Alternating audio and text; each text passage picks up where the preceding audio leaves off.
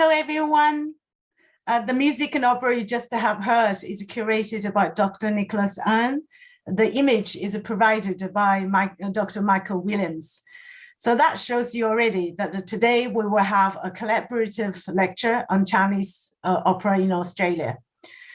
So good afternoon, everyone. Welcome to the Institute for Australian and Chinese Arts and Culture at Western Sydney University. My name is Jing Han. I'm the director of this institute. Before we start, I would like to acknowledge that our institute is on Parramatta South Campus, which we can't access, but it is on the country of the Darug people of the Darug Nation. And we like to acknowledge their ancestors who have been the traditional owners of their country for thousands of years. We also want to acknowledge and pay our respect to the First Nations elders of the countries we are all sitting on today, past, present, and emerging. The Chinese Australian History Series 2 has one lecture a month. All previous lectures are recorded and can be accessed on our website under Chinese Australian History tab. Last lecture was given by Dr. Drew Cottle on the history of Chinese Youth League in Australia. It was a very interesting talk and a very eye-opening, and it adds another layer or aspect to the diversity of Chinese migration. Drew mentioned an interesting and surprising link to me between the Chinese Youth League and the Chinese opera in his talk. Today's lecture will be on Chinese opera in Australia. Professor Michael Williams, graduated from Hong Kong University, is an expert in Chinese Australian history and a founding member of the Chinese Australian Historical Society. And Michael has been the adjunct professor of this institute and delivered the whole set of lectures in Series 1. Dr. Nicholas Earn is the research fellow of this institute. He received his PhD from Australian National University. Nick is an ethnomusicologist, a composer, a performer, and he plays quite a few music instruments, erhu, hulusi, piano, and a few others. And his specialty is in Chinese sacred music, Chinese classical music, and Chinese folk music and composition. And his research area is in ethnomusicologist, tracking Chinese history in Australia. Also today, I just would like to let you know that we are using live transcript function in Zoom, which is newly added, but it's working really well. If you like to see the captions, you can just go down to live transcript, the button, and then turn on to show captions. Just a reminder, the captions are generated by AI-enabled speech recognition engine. So the accuracy is not 100%, but I have to say, being an expert in captioning and subtitling, the accuracy is quite high. Still, it's not entirely 100% accurate. But that will help people with hearing impaired, people with hearing impaired. So that's a very helpful function. As always, during the lecture, you can post your questions in the Q&A function at the bottom of the screen. And at the end of the lecture, I will read out the questions from you for Michael and Nick to respond. Now, please welcome Professor Michael Williams and Dr. Nicholas Earn.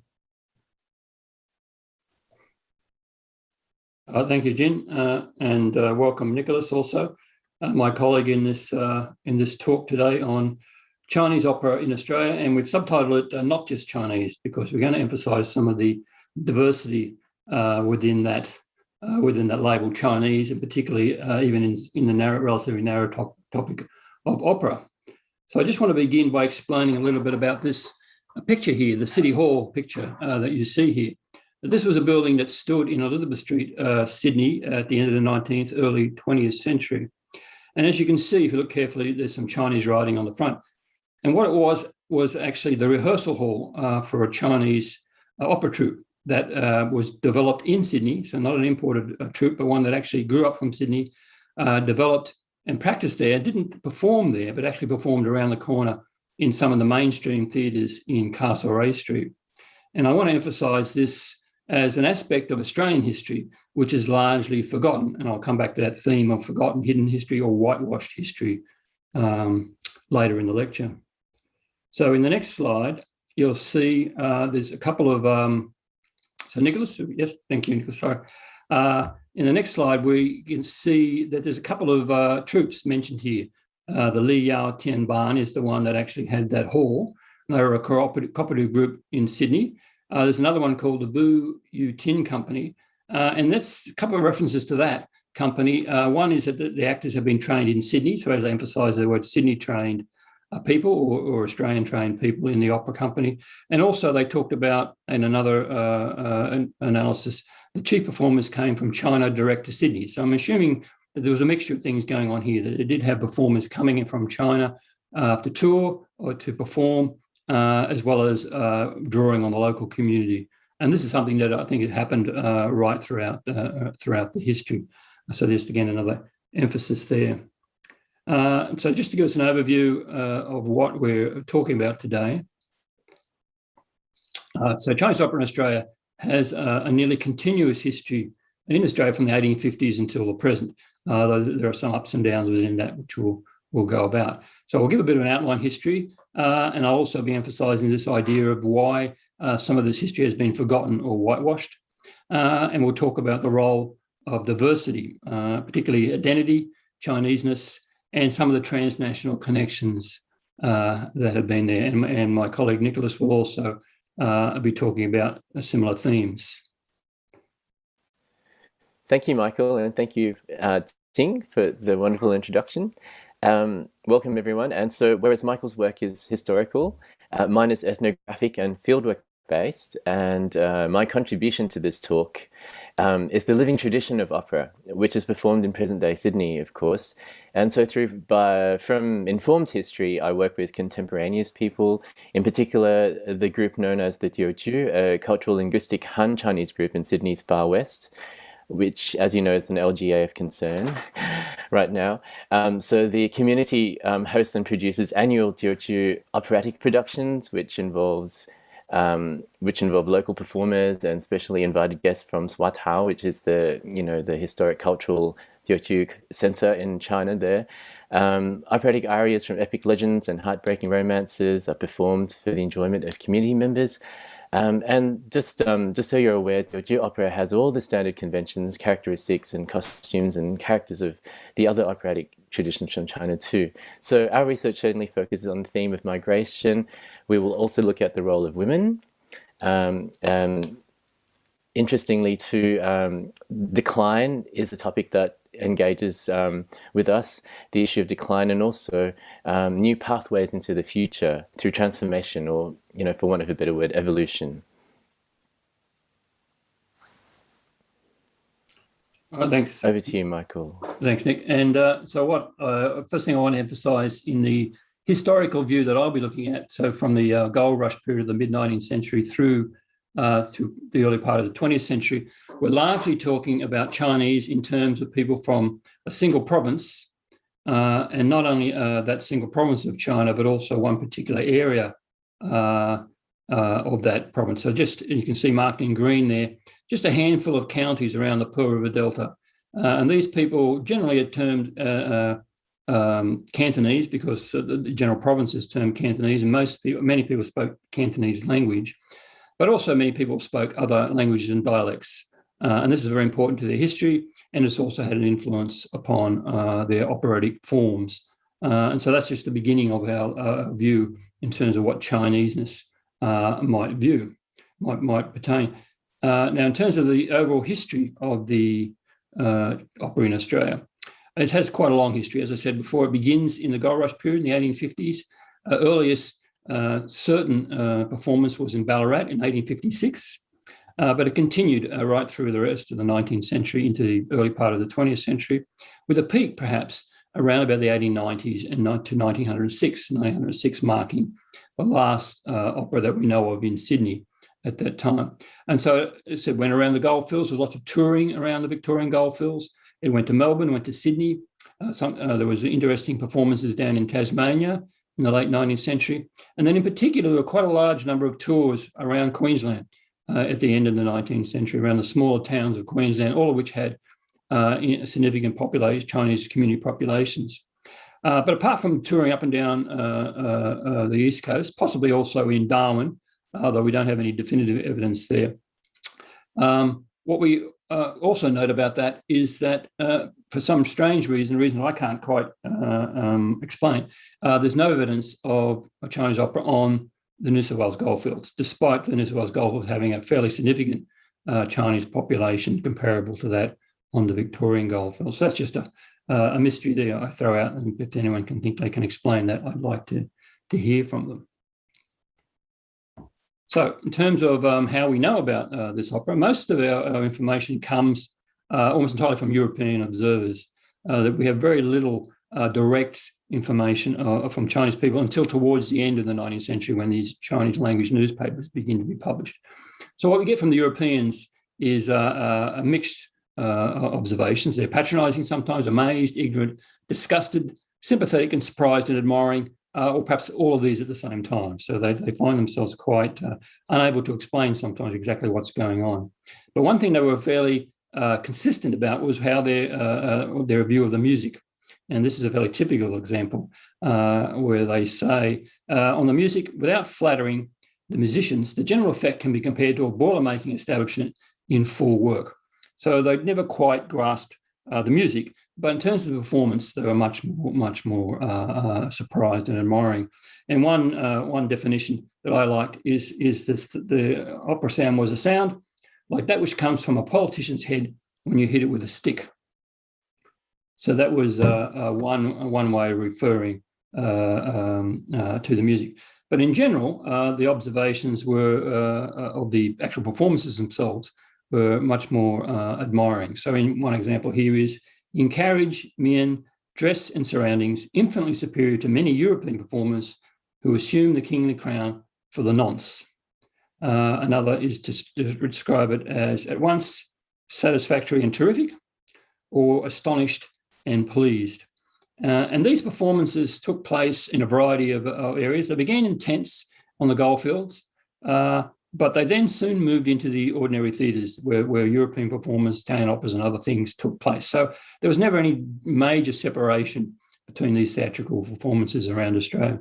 And very soon, particularly in the 19th century, we have lots of evidence of English handbills being printed whenever there were performances. The managers encouraged non-Chinese speakers to attend. Anyone paying for a seat was good. And we certainly have plenty of evidence of European audience members as well. Many of these things were used for fundraising, and this is part of the rural tours, particularly that I mentioned in Queensland, but also in New South Wales and other areas. Fundraising for hospitals and other local charities. This is a very common thing for theatrical groups to do when they were touring into country towns, and the Chinese operas did the same thing. So one example that I have showing just how this connection between the Chinese community and the wider community. In the next slide, thanks, Nick. Is this one from Brisbane in 1894 of the Bullion Tin Company, which was again originally based in Sydney, but was touring up to Brisbane and then continue on into Queensland. And here you can see the billing says it's under the patronage of the Sydney University and Brisbane football teams. And I don't have any information or evidence about why the football teams were sponsoring a Chinese opera, but they did, and they actually attended the opera.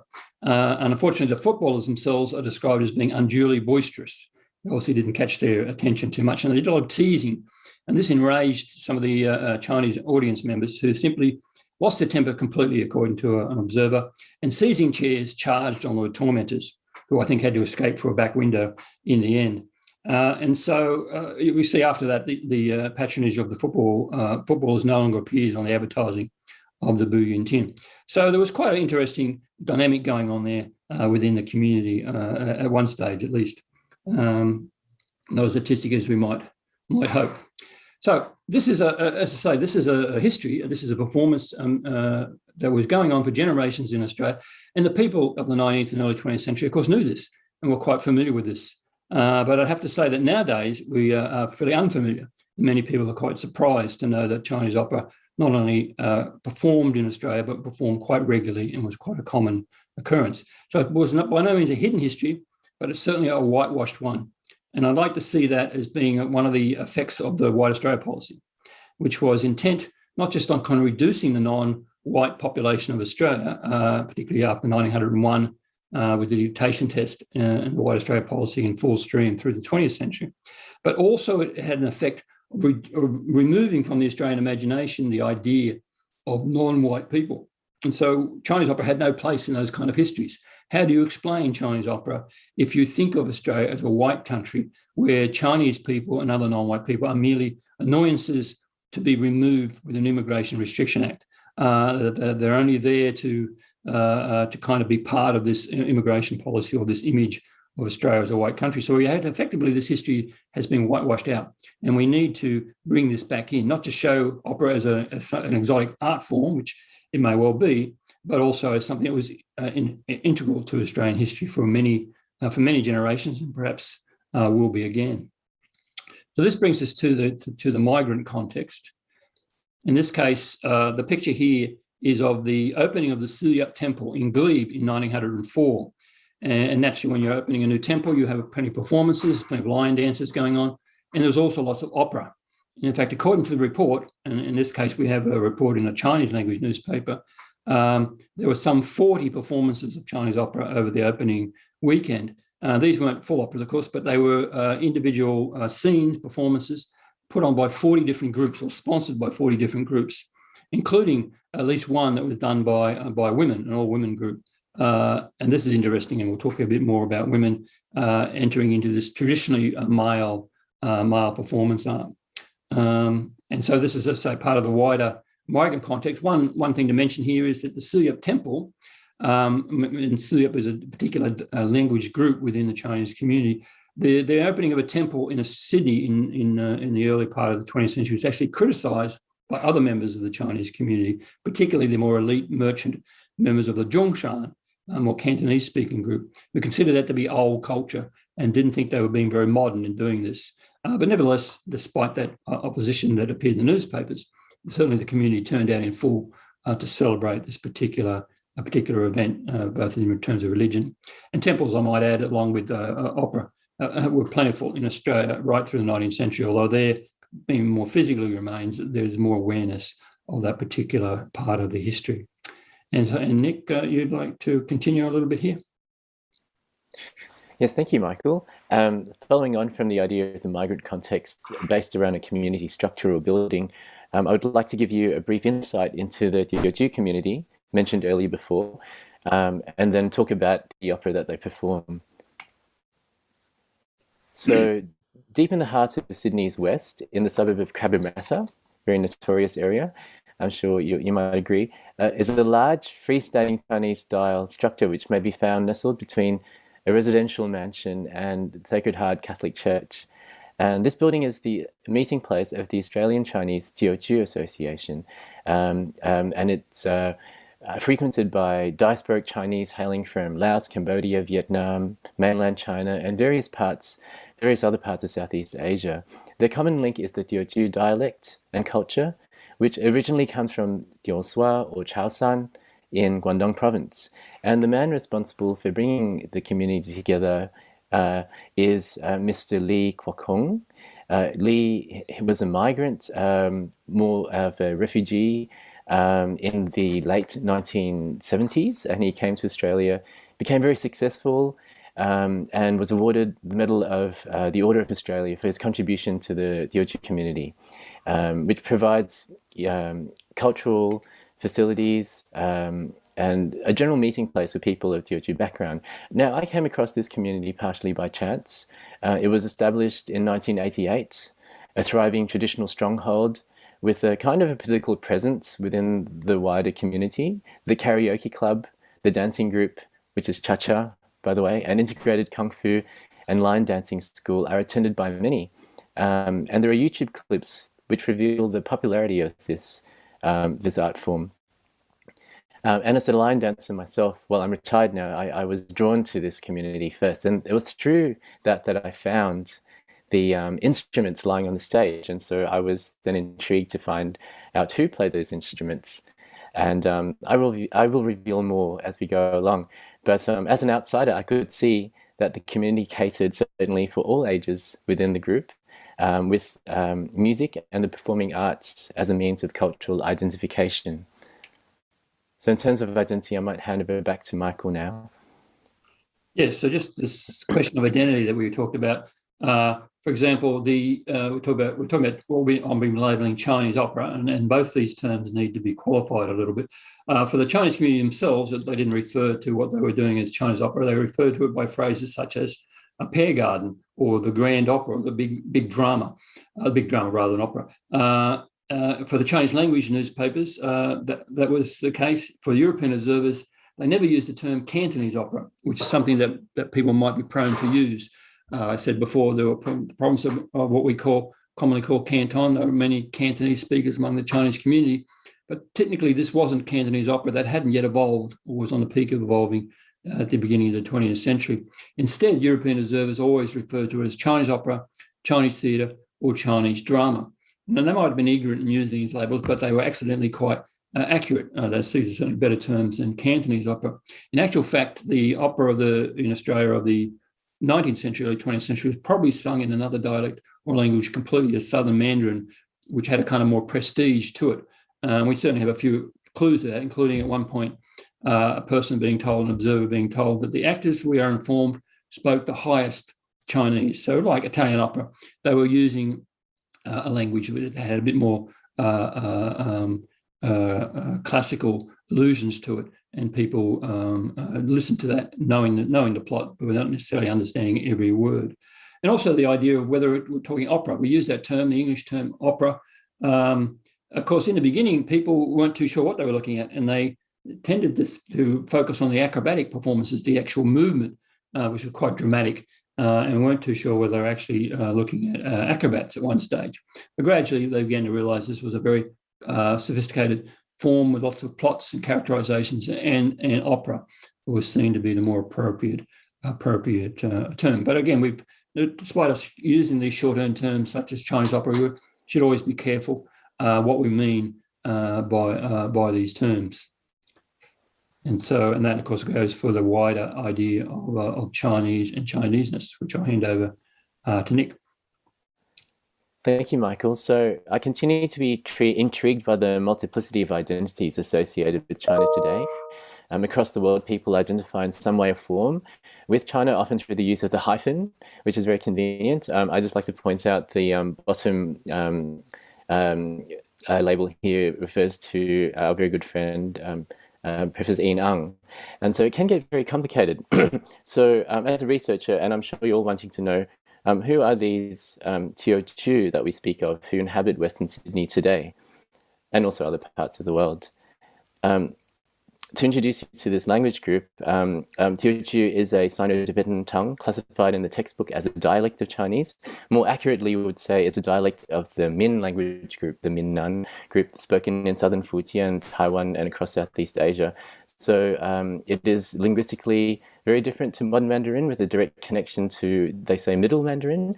So Professor Han will probably help me now demonstrate how different it is with how are you in Mandarin? 你好吗? And in Teochew is 你好不? And in Cantonese, 你好嗎? And what about have you eaten? 吃饭了吗? In Teochew, it's 食飽未? And in Cantonese, 食飽未? And finally, hello, my name is, and what is your name? 你好，我的名字是，你叫什么名字? 你好，我叫咩啊是 something. 你叫什麼名? Or 你好，我個名叫你叫咩名? So you can see it's quite a different language, even compared to Cantonese. And of course, in the mainland, the Teochew are surrounded by Cantonese speakers. Many of them are bilingual, trilingual, speak Mandarin as well. So that's just an introduction to the sound world. Interestingly, of course, when they perform the opera, it's a classical kind of Teochew that is sung. So again, it's something that perhaps not the average Chinese person would understand. So where do they actually come from? As you can see, we have, again, in the south, This area here, I mentioned before, the Chaoshan region. Teochew is currently spoken by roughly 10 million people in Chaoshan, with more than 5 million outside the Chinese mainland. So this is by comparison, the mother group, the Minnan group, of course, 28 million in mainland China, and there's 3.5 in Taiwan, 2 million in Malaysia, 1 million in the Philippines, and then of course San Francisco, America, and also a little bit in Australia, but mostly Singapore. So it's quite a small language group by comparison. The ancestral homeland of the Teochew, as you know, lies in the south, and it's always, I guess, puzzled me as to how this language group developed. And I didn't quite understand that until I went to university when I enrolled in modern Asian history in first year, that the China we know today is not the China that was once, of the past. And if you speak to Vietnamese nationals, they'll say that the south of China, of course, were the ancient Vietnamese Yue kingdoms, which eventually became the Yue language group, as you know. The idea is that, of course, the Teochew were a Han group from the north. And they, because of warfare or for whatever political reasons, migrated south, mainly in two big ways. So from the Henan region, they went down to Fujian, and from Fujian they moved down to Teochew, and that's quite possibly why there is still a link between the Teochew dialect and the Mandarin dialect, the Minnan dialect. So myself, my grandfather is from Fujian, and so at home we speak the Minnan language. My grandmother is Teochew from Indonesia, and so she speaks the Teochew dialect, and I can hear the similarities. The Teochew language sounds like a kind of jazzed up version of Minnan. I don't know. Anyway, it's just my impression. So that helps. And the idea, though, is that when these people migrated south, they, of course, intermarried with the local Yue people. And that might explain also why there are, substrates in the language from a non-Han, sources, of course, and genetically too. There is this chromosome in the Teochew people, which is not often found in normal Han DNA. Okay, so this is just a map of where they might reside all around the world, scattered in a way. And there's been a kind of Teochew renaissance in recent decades. So people living overseas who perhaps don't speak Chinese very well, but suddenly very interested in their Teochew heritage. There's this concept of gaginang. Gaginang means, I guess in Mandarin it's like zijiren, your own people. And so English speakers in, say, America or Australia who have a Teochew heritage, trying to connect with the language, the culture. Interestingly, I don't see much talk about opera, but occasionally there is talk of opera. So that might give you an idea. There are, of course, Teochew food, all those other cultural aspects come into play. So just moving on here. Maybe I thought I could share some notes from my field work. So in 2004, I came across the sound of plucked and bowed strings echoing through the corridor of the association, which I finally found. And I was very intrigued by what music they were playing because there was no conductor. The tuning was very unusual. I was trained in the Chinese classical conservatory system playing the erhu. And so, yes, I found that firstly, modally, it was a very strange sound world. Yet, I could recognize the instruments in a way. I knew what they were, but were they what I thought they were, these instruments? And also the fact that the performance practice it seemed totally different. They were poker-faced, they were almost, reminiscing. It seemed like they were reminiscing about something. And so that was my introduction to the Teochew sound world. What I found later on was they were rehearsing a type of string ensemble music which accompanies the sung arias. So these are all men, there are no singers at the moment. They're practicing, say, musical interludes between scenes or the accompaniment to vocal passages. Yeah. So, so just moving on to the... certainly, having done the fieldwork in hindsight, I've come to apply this sort of as a conceptual framework that music played in this community can be used as a means by which these men associate with their Teochewness.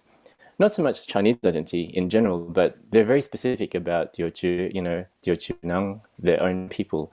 And so you'll see as we continue to speak, and this applies very much to Michael's work too, that music has a very strong link to identity. And we'll speak more about this later on, of course.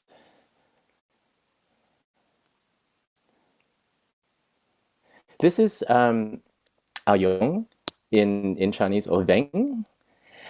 He is one of my main informants in the community. And Veng is very interesting because he maintains his dual Vietnamese-Chinese identity in the Cabramatta area. And like many diasporic Teochew from Southeast Asia, he's fluent in various languages, Vietnamese, Teochew, Cantonese, Mandarin. He does not speak English, though, which is very interesting. So he lives in this ethnic ghetto in Cabramatta and runs an informal VCD and DVD duplication business from home. And he specifically tells me that he does not go to Woolworths because they don't have to speak English. So he's quite an interesting character. He's not trained as a musician, but is a Teochew opera fanatic. And he learns Teochew opera from these instructional VCDs, which he also helps duplicate for community members. So there's no issue about copyright here. And so for him, I'm just summarizing from my notes here, but for him, performing this music really brings him, gives him a sense of being part of an international Teochew community. So it's a kind of transnational feeling for him when he sings Teochew opera. And he enjoys performing it with another community member, an older lady called Daisy. So they've been rehearsing this duet for a long, long time. Unfortunately, because of a flood, I cannot show you the recording I made. I've lost the recording because of water damage. But definitely it's a very sweet aria, and they certainly there's this sort of a group bonding effect, which other scholars like Frederick Lau have talked about singing Chinese songs in Bangkok and other places, where you kind of I guess it's a mixture of nostalgia. It's a little bit of a branding sort of process taking on, and it's very interesting because in the traditional context, Teochew opera is actually performed in temples and also for religious occasions, whereas here it's a purely social event, and I think therein lies a lot of the power of music as well. And of course, there is an interesting role in which women often play the star. You know, they often have this, rarely do they play the instruments. So on the note of women, I might hand over back to Michael. Thanks, Nick. Yeah, so women are interesting in the context of Chinese opera because traditionally, like operas in Europe also, at one stage, women didn't perform. Instead, women's roles were performed by men. And so we've got some observations on that, of course. So people were impressed with the youths who took the parts of the ladies concerned were capitally made up, and certainly their voices would never betray their sex. So they were quite aware that there were men playing these parts. But others were a little bit disappointed in that. Unfortunately, are not the women, they look uncommonly flat, seemingly apparently have no idea of padding. So they're not too sure, not very enthused about this. But we do have evidence that not only did women begin to perform, and this is an evolution that's happening within this context of adapting. In America, for example, they often try and take the credit for women first appearing in Chinese opera in San Francisco. But I think this is more a case of the Americans, not, of course, regarding Australia at all, because we do have evidence of the similar thing happening in Australia. And not just Chinese women on the stage, but European women. And we have one performance at least where supposedly it's recorded that 8 Western beauties dancing like swallows with full makeup appeared before an audience in Sydney over many nights in 1898. Now, this is actually recorded in the Chinese language newspaper, but there's no mention of this in an English language newspaper, which is unusual because you would have thought something as interesting this would have been reported, but presumably there was just no European newspaper person around at that time. We also have a report of the opera troupe, the Liao Tian Ban, of 10 Western actors. Again, we're not too sure whether that's women or women and men are performing in a performance. So there was evidence here of change and adaptation, and women becoming more present within this context. And Nick, yes, right. Thank you, Michael. On the topic of women, still back in Teochew land, I mentioned that they often don't play the instruments while they often have a role as, say, the vocalist in an aria or in a duet situation. However, when it comes to music that is not strictly related to opera, for instance, in the community centre, although they are opera lovers, they also play music from, say, just the folk genre in particular, the folk genre or classical Chinese music, which is not really operatic.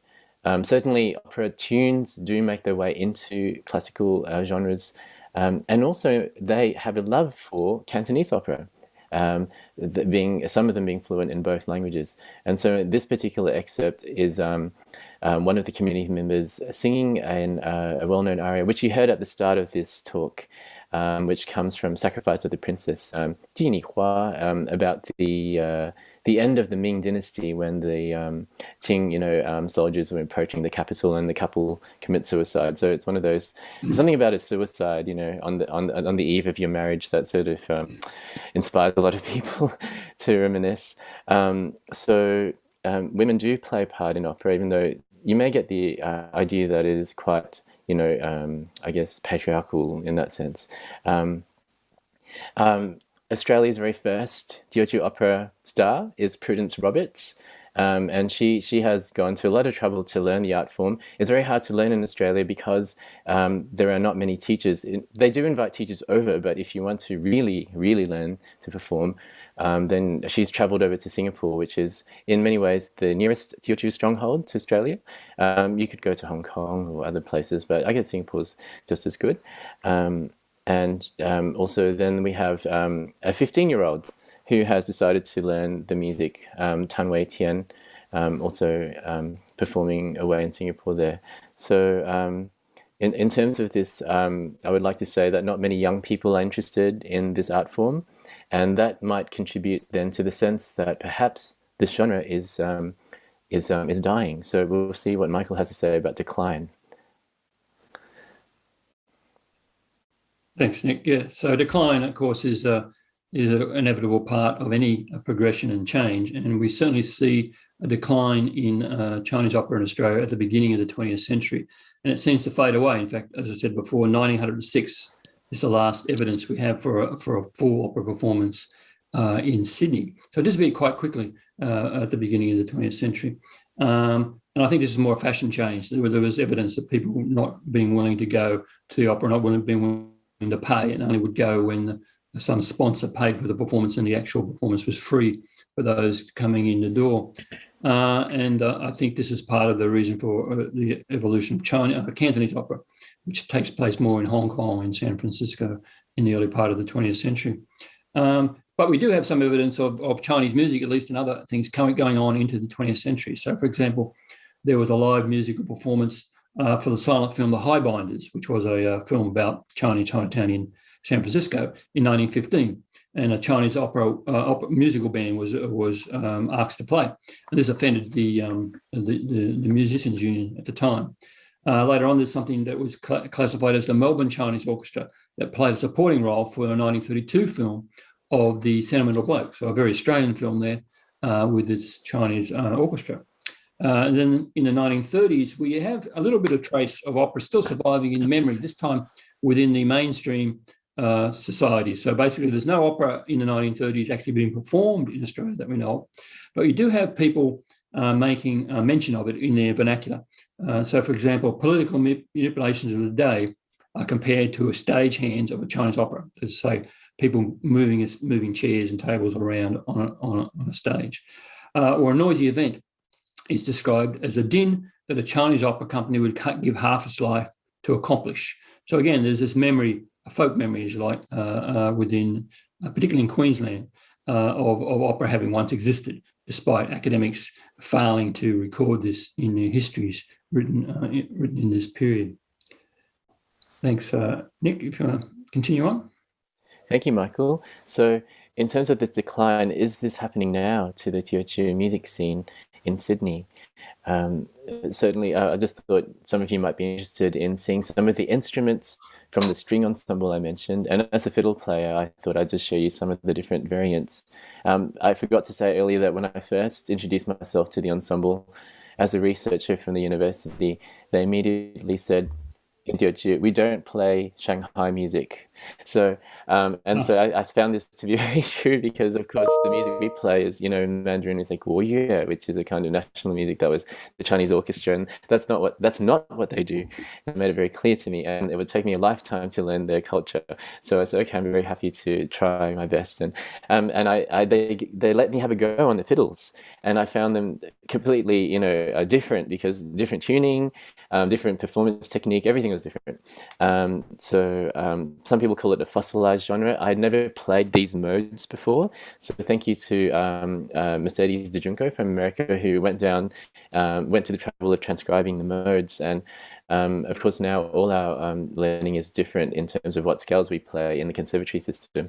So certainly that has been developing very healthily, because many people learn what is now, the goer, the national music of China. But what about this Teochew music? So at first glance, perhaps it is doing okay. Well, it was doing okay. It seemed to be in 1988 in this brochure here, with quite a few musicians involved.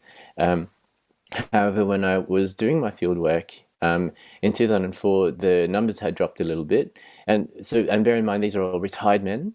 They're retired, and often they come for a rehearsal every Wednesday, and there's a bit of tea drinking, chess playing, and then they play some music, And often what I hear now is that, so-and-so is, this 2004, I think, so-and-so is sick. Oh no! Oh, he died. So we're getting to a point where we're unsure about Mr. Huang here. It seems he's the leader. The person who plays the highest fiddle is the leader here. So he's we get this idea that perhaps it is it's on its way out. So and we're worried because the young generation are certainly not learning it. Also, there seems to be a preference for, say, popular music, in particular cha-cha music. Most people find it much easier to relate to. And also this xinmingyue, most people seem to like this, sort of contemporary classical music. It seems to be more popular. And of course, with the non-Chinese speaking, younger generation, well, they don't touch any of this stuff, so they listen to mainstream popular music mostly. So so that's our concern with this genre right now anyway. So is there a chance for revival? So perhaps there is. So Michael perhaps can talk about persistence in this instance. Yes. So we talked about decline a little bit in the beginning of the 20th century, but there is persistence and a revival, in fact. So by the 1940s, we find that Chinese opera begins to re-enter the Australian scene. This is partly because of the anti-Japanese war, the Chinese community seeking to raise funds, this time to help China in this war, and also to enliven the Australian community more about the needs at this time. And so you've got a number of performances appearing in the 1940s, often presented by sailors, seamen. So the Chinese Seamen's Union, which is made up mainly of people who are coming off the boats that can no longer return to China or to Hong Kong because of the Japanese occupation. There are refugees in Australia, and now they're organising, and one of the things they organise is operas.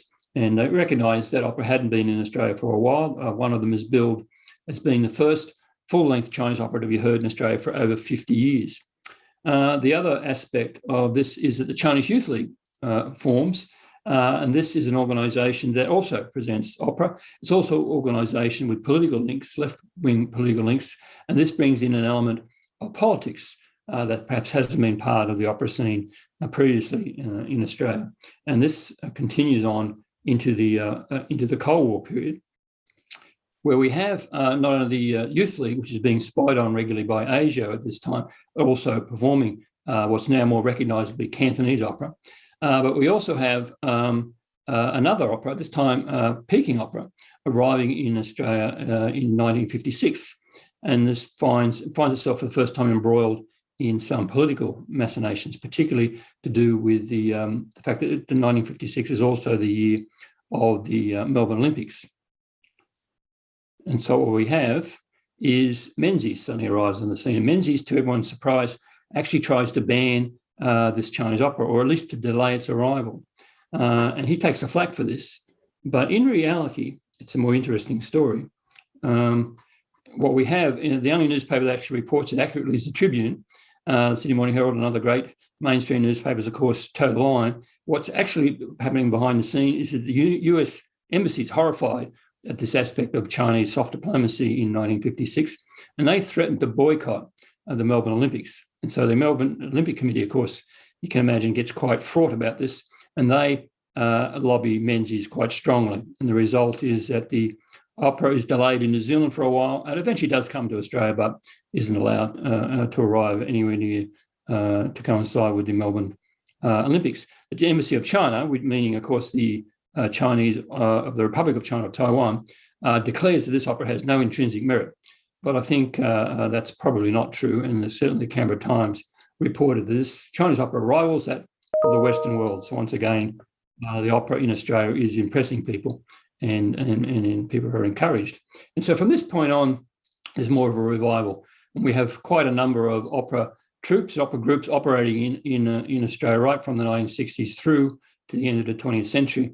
They're a little bit different from those earlier on. They tend to be mostly taking place in community venues within the community, and they're not really the mainstream Australian society isn't perhaps too aware of what's going on, not perhaps as they were in the 19th and 20th century. So a little bit of a different there, at least in this period of time. But gradually things begin to change, and by the beginning of the 20th century, we find, 21st century rather, we find, Nick, if we can go to the next slide.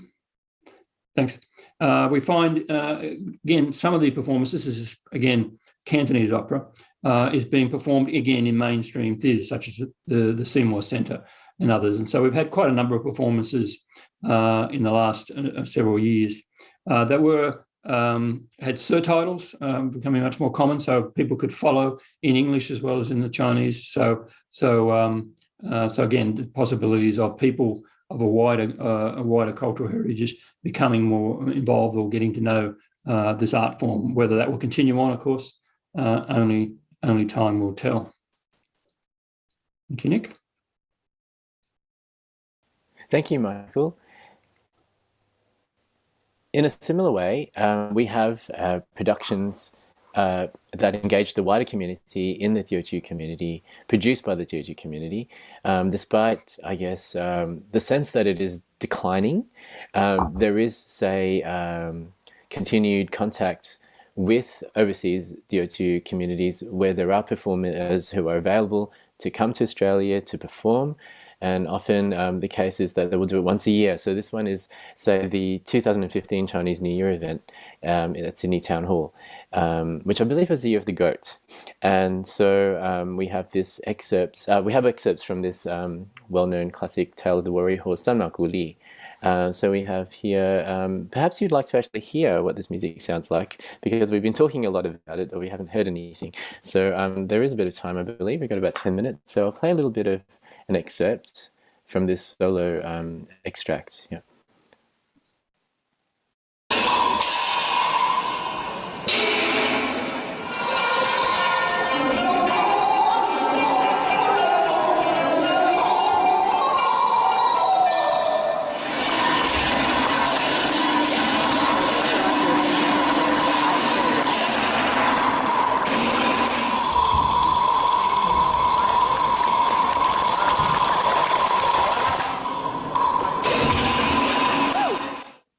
Okay, and so apart from these events that engage the wider community, there are, of course, ethno-specific events more targeted at those who are within the Teochew community in Sydney. Here we have an operatic excerpt here. So certainly opera still plays an important role in defining, I guess, to the group what Teochewness means. And despite the fact that there are no, I guess, children learning the opera, as far as I know, apart from that 15-year-old that we talked about. perhaps it may still continue.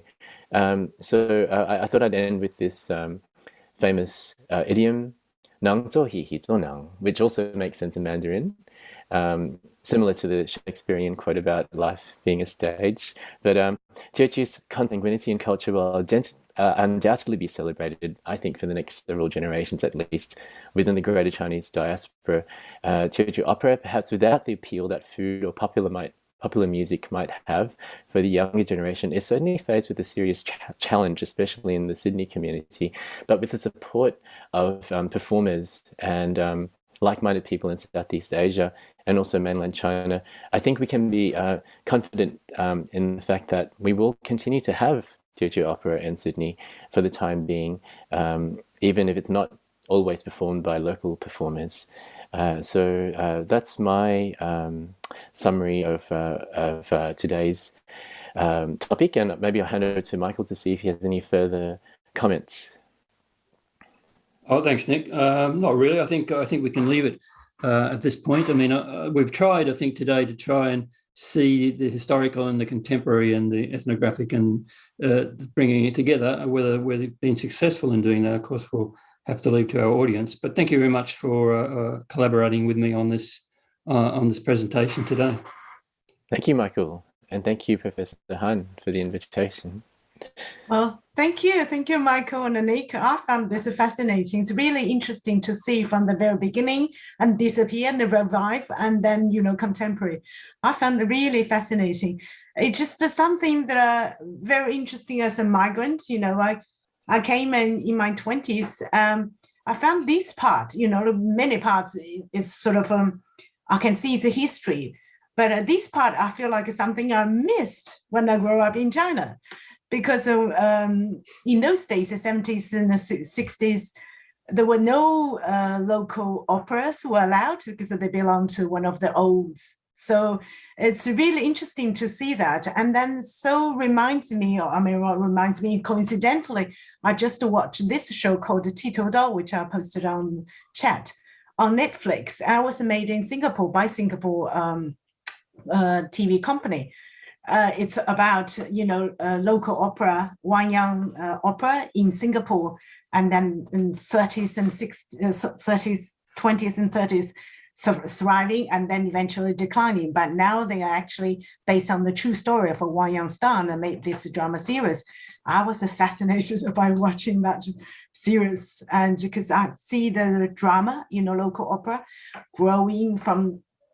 Just see them perform and the way they speak, the way they move. I found it fascinating. It's really interesting. And now we have quite a few questions, and then let's go through the questions. First of all, it's Juanita. Juanita saying, hello, Nick. Apparently you two met in 2001 at the Sydney Asia Pacific Film Festival, which I know of as well. That was the one I know, Juanita. So I didn't realize, Nick, you were there recording the soundtrack for them. So yeah. Oh yes, that was my first year out of uni. I think I took a year off just before I started my PhD. I took a year off, and that's wonderful. Thank you, Juanita, for joining us. Yes, what a small world. Anyway, so Juanita, that's another reason you need to come to do a talk at this place. So you can't avoid it now for another reason. And Dinah made a comment, music critics at this time, because Michael mentioned the music comments about the Chinese opera, quite, a bit of a frank and rude. Music critics at this time were also very frank and rude about European performances and music too, especially new music. So these comments from members of the public are probably in style for the time. That was a comment. Michael, do you have anything to say that?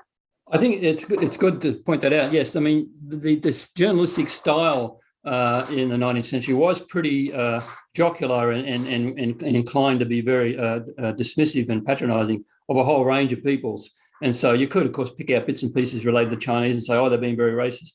They definitely were, but yes, given the general tone of journalism, often it really wasn't that much different. They could hand out insults to a range of people. But I think in terms of the music, there was something that was a bit harder for them to get around in that specific instance. But yes, certainly the general reportage varied a lot, and it's worth having a look at it. It's quite interesting how people reported on these things. Some people did make more an effort to understand. Others, you could see they just had their minds made up before they even walked in the door. But that's typical of journalists and reporters at any time. There are variations, of course, and you need to look out for those. I'm curious to know from Nick, the contemporary comments. People, because you're doing a lot of contemporary work, do people make comments about the Chinese opera music? What sort of comments?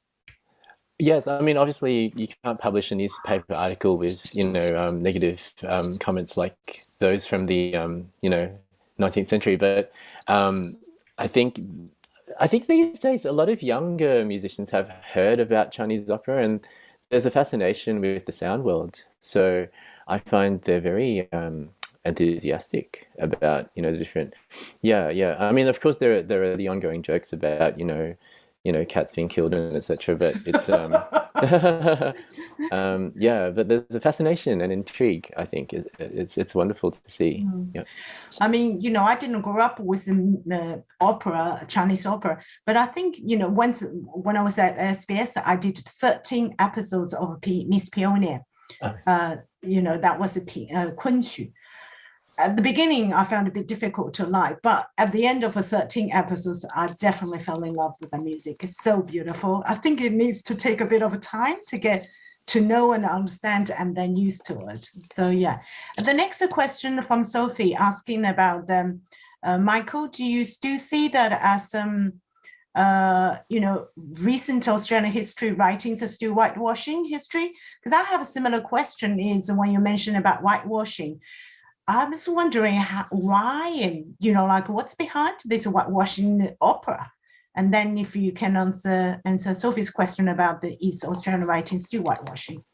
Yeah, well, I mean, it's fairly instinctive, I think. I think in the early 20th century, it was just about people's image of what Australia was. And so they tried very hard. They were very serious about this whole White Australia policy business.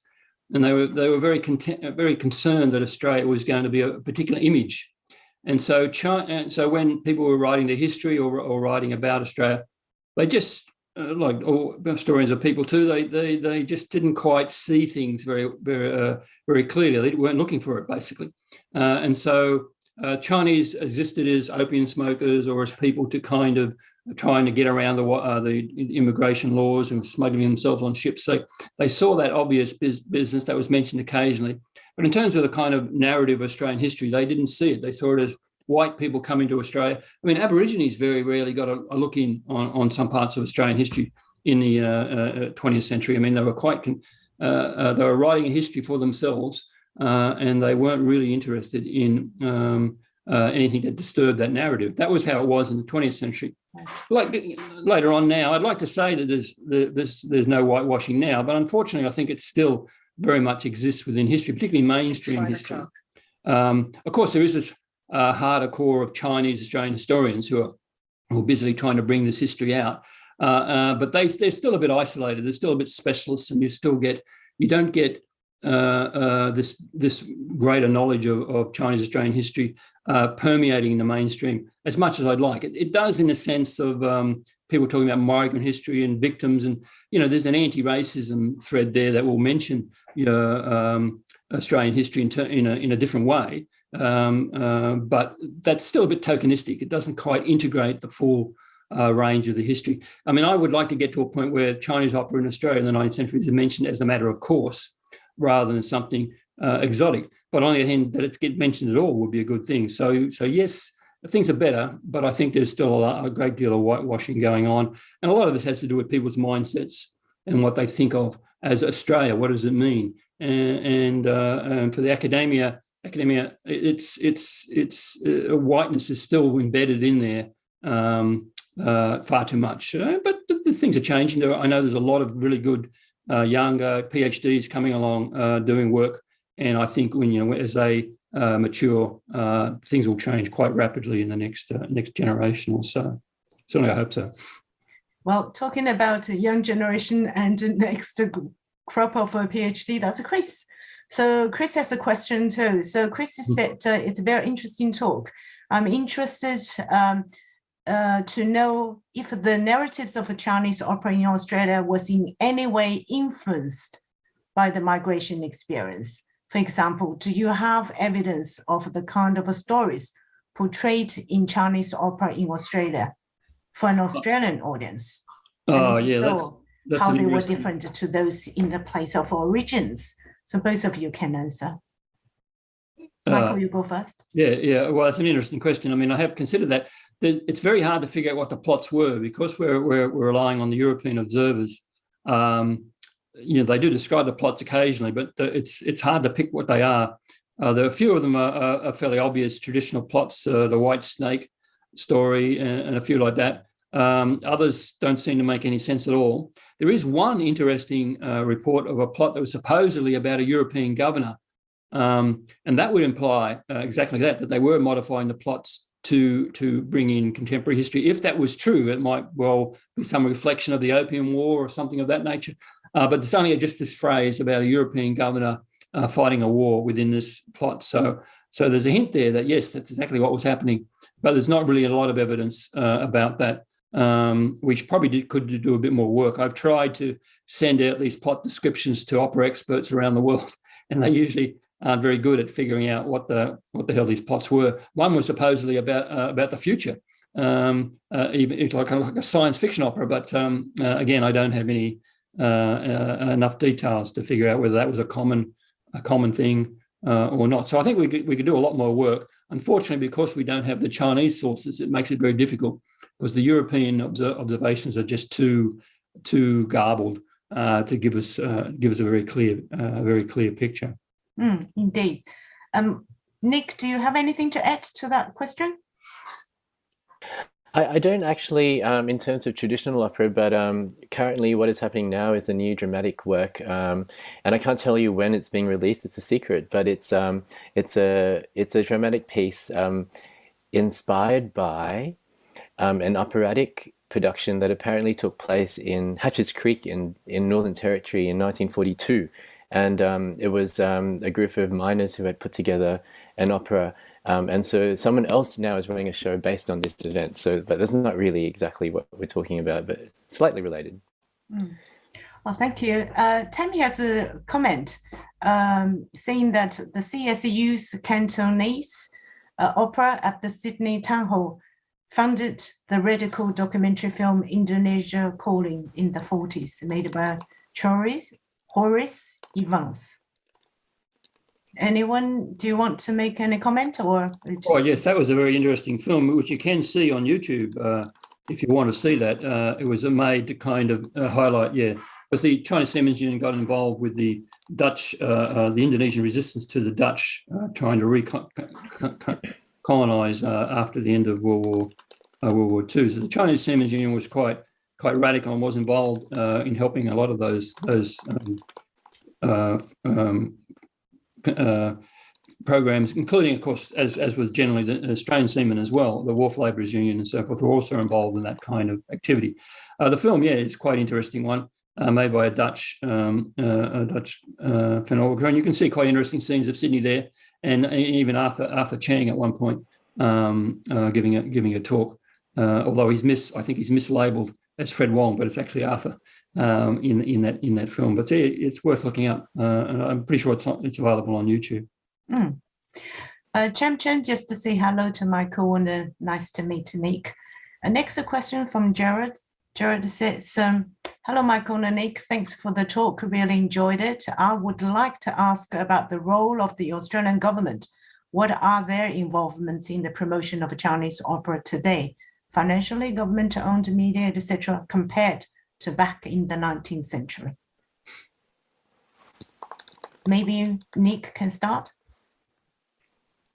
Oh, yes. As far as I don't really know much about the role of the government per se, although, and 19th century is obviously Michael's expertise, but certainly when the Teochew have an operatic production, they are very careful to invite local politicians because there's always, funding maybe possibilities, but also they want to be known, they're very proud of who they are and what they do. And so there's usually some politician who'll have to sit through, you know, maybe most of the production, and then they may leave afterwards. Often they come for a photo, you know, and so. Are you aware of their financial sponsor, you know, support to Chinese opera these days? I don't know. I don't have that much knowledge, but I do know. Firstly, a lot of the money came from Mr. Lee, who set up the whole thing. He's the main. But then they also have community backing. But in terms of government sponsorship, I'm not quite sure. Yeah. Michael, do you have anything to add, or you were aware of any financial? No, I'm not aware of any government funding. Traditionally, these performances are supported by private, usually wealthy merchant or a wealthy fundraiser or someone like that. I know there was an opera company here in the 80s in Sydney that was supported by the owner of the Chinese language newspaper, for example. They ran for about 10 years, and they had their performance rehearsal space upstairs above the newspaper offices. And that's usually the way it plays out. So I'm not aware of much in the way of government funding for these things. Okay, last two questions before we finish. Daniel said, I'm aware of newsletters published by the Zhongshan Association historically shared both amongst the Chinese community in Australia and back in Zhongshan, Guangdong.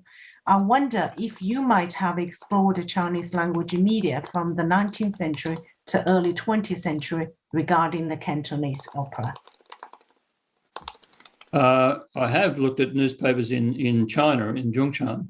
Unfortunately, that was many years ago. Well, they closed the library down and we couldn't get access to those newspapers anymore for a while. But I wasn't looking for opera at that time, so I haven't seen anything.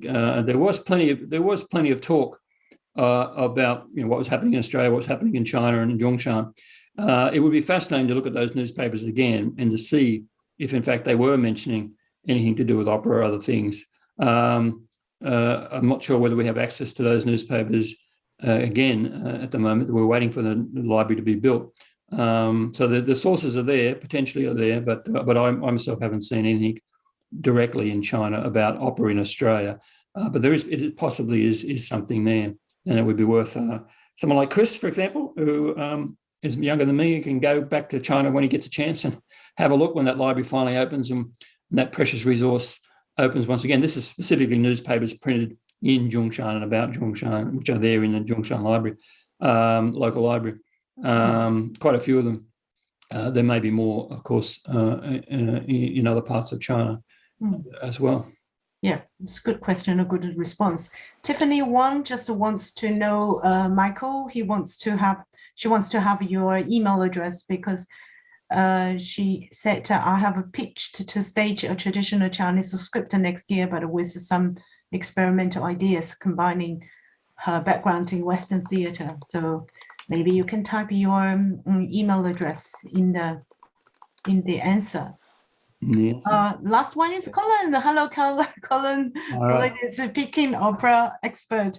Thank you for the talk, which was very informative and enlightening. It is an interesting and important topic.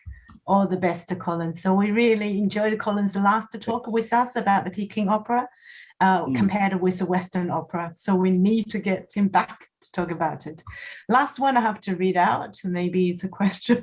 John Clark. John said, are there any Chinese composers in Australia of the importance of Chou Wen-chuang, who was the student of Edgar Barras in New York?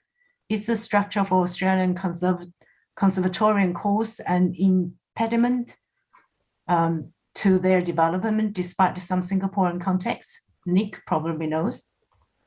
Oh, yes. So in terms of Chinese composers in Australia of that sort of status, there is Julian Yu in Melbourne, who's a bit of an icon, and he's quite well known for using traditional instruments in his compositions too.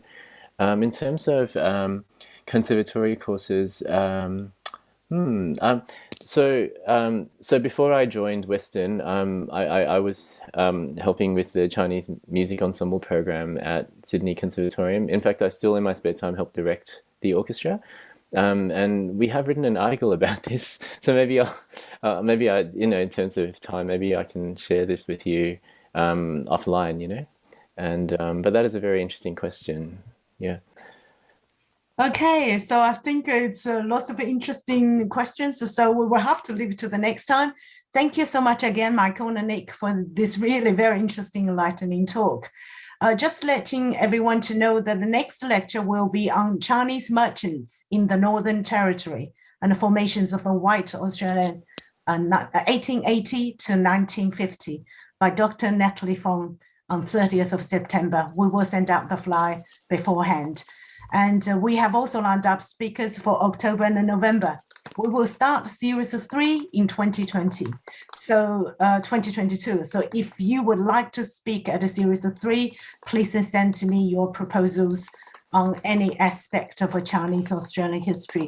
Lena, perhaps you can send to my email in the chat. So please welcome your proposals. So you can see that everyone has expertise in certain area, and when we share them, they're just fascinating and really, really interesting. So thanks also to Lena, who is coordinating all this behind the scene, and thank you all to the audience. Hope to see you at our next lecture, and to keep well, stay safe. Thank you, and good evening. Okay, thank you. Thank you, everyone. Okay. Thank you, Michael, and thank you, Nick. Thank you.